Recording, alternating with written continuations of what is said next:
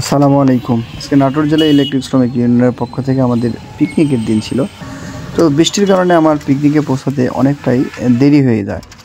তো এর মধ্যেই পিকনিকের আমাদের যে লোকেশন নাটোর রাজবাড়ী, আমি সেখানে চলে আসলাম।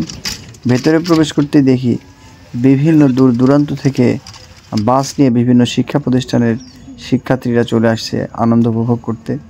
যেতে যেতেই রাস্তায় বৃষ্টিতে ঝরে পড়া ফুলের পাপড়ি খুব ভালো লাগলো, ক্যামেরা বন্দি করে নিলাম।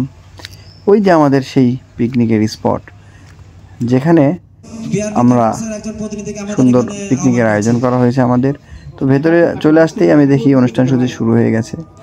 এখানে বিভিন্ন যে ইলেকট্রিক্যাল প্রতিষ্ঠান, বিশেষ করে বাংলাদেশের ঐতিহ্যবাহী কেবলসের যে প্রতিষ্ঠানগুলো রয়েছে, তাদেরই একজন প্রতিনিধি আমাদেরকে একটি চুলকানির কৌতুকের মাধ্যমে আমাদেরকে বিনোদন দেয়। আমরা একটু শুনি তার কথাগুলো।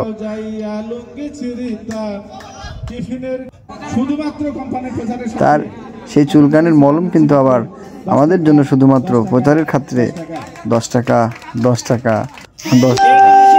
তো পিকনিক শেষে আমাদের যে মূল আকর্ষণ লটারিতে আমারও একটি নাম ভাগ্যক্রমে চলে আসছে। আমি অনেক আনন্দিত ছিলাম।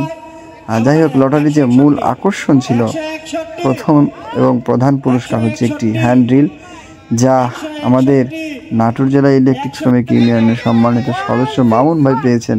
তিনি পেয়ে অত্যন্ত আনন্দিত এবং উচ্ছ্বসিত। তাকে আপনারা একটু দেখেন তিনি কতটুকু আনন্দ উচ্ছ্বসিত।